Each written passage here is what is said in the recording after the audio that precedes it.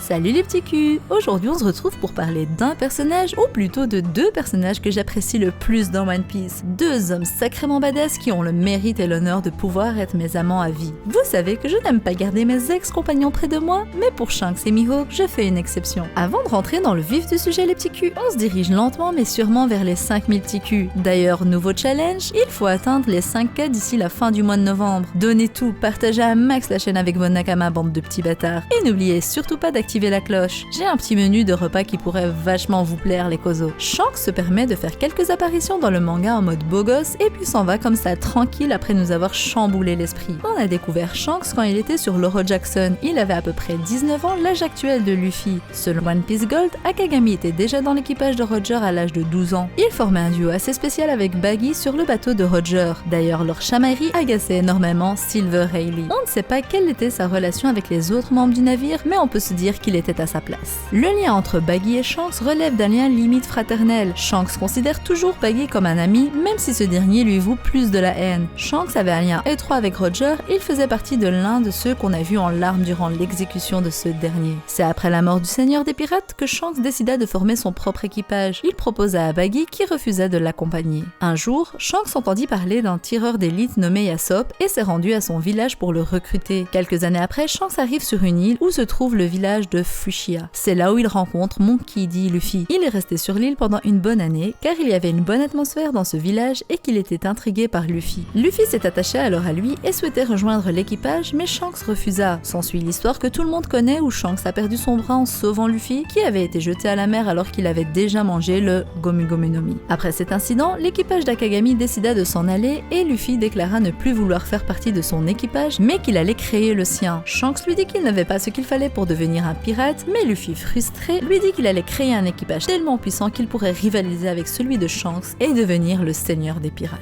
Akagami alors lui confia le Mugiwara lui demandant de le lui remettre quand il serait devenu un grand pirate. Quand Shanks est retourné sur l'archipel Shapondi, il rencontra Rayleigh qui était étonné de voir qu'il ne portait plus le Mugiwara et qu'il avait perdu son bras gauche. Rayleigh lui posa donc la question pour savoir ce qu'il s'était passé et Shanks répondit « J'ai rencontré un jeune homme qui avait les mêmes mots que notre défunt capitaine, Goldie Roger. » On sait également que Shanks a souvent affronté Mihawk et que leurs combats ont fait du bruit dans Grand Line. D'ailleurs, leur rivalité les a amenés à une amitié particulière. C'est même Mihawk qui a amené le premier avis de recherche de Luffy avec une prime de 30 millions de berries et Shanks sourit du fait que Luffy ait réussi. Vu que sa puissance en tant que capitaine ne cessait d'augmenter, il a été nommé empereur aux côtés de Barbe Blanche, Kaido et Mama. Shanks est un personnage qu'on a vu dans des moments clés du manga, qui a rencontré des protagonistes ou antagonistes importants au scénario. Que ce soit sa rencontre avec Ace, Barbe Noire, Barbe Blanche, Kaido, son arrivée à la guerre à Marineford ou encore sa rencontre avec le Gorosei pendant l'arc de la rêverie. Ces interventions font partie d'un fil conducteur derrière lequel se cachent bien des secrets. Shanks est un personnage qui m'intrigue bien plus que d'autres et sa badassitude dépasse les limites. Et ce que vous ne savez pas, c'est qu'il est actuellement dans le lit de Mama.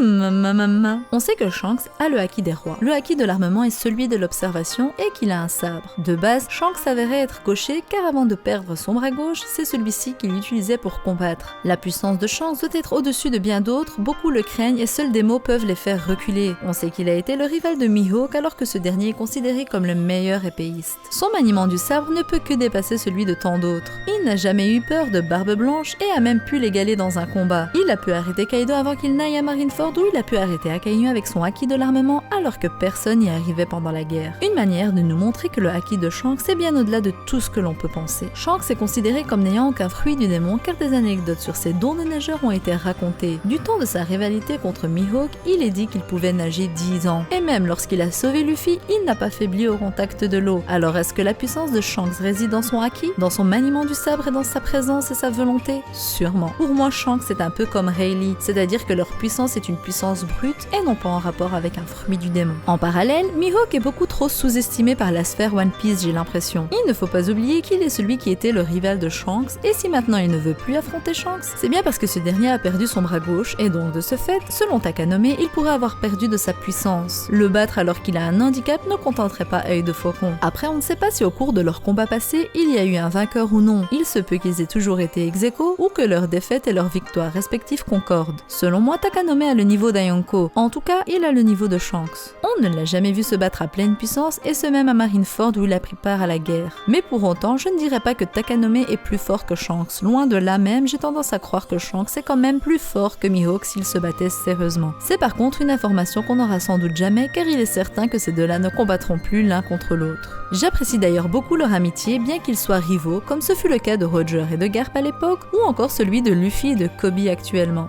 Maintenant que Mihawk a été destitué de son titre de Shichibukai, on va pouvoir voir la prime que la marine décidera de lui mettre. Mais alors, comment Shanks et Mihawk se sont rencontrés? Eh bien, j'ai tendance à croire que Shanks a voulu recruter Mihawk afin qu'il rejoigne l'équipage, mais que ce dernier étant solitaire a refusé souhaitant parcourir les mers seul. Et qui sait, peut-être que Shanks l'a alors défié en duel et lui a dit que s'il gagnait, Mihawk devait alors le rejoindre. Une victoire qui n'aura jamais eu lieu, que ce soit du côté du Yonko ou encore de l'ex-Shichibukai. Ce serait par contre intéressant d'avoir Mihawk allié à Shanks dorénavant, vu qu'il n'est plus lié au gouvernement mondial, il n'a pas à s'en priver. Je ne dis pas qu'il va rejoindre l'équipage, loin de là, mais pourquoi pas s'allier pour un but commun, comme ce fut le cas de Law et de Luffy. Ou alors, totalement l'inverse, souhaitant toujours garder cette rivalité.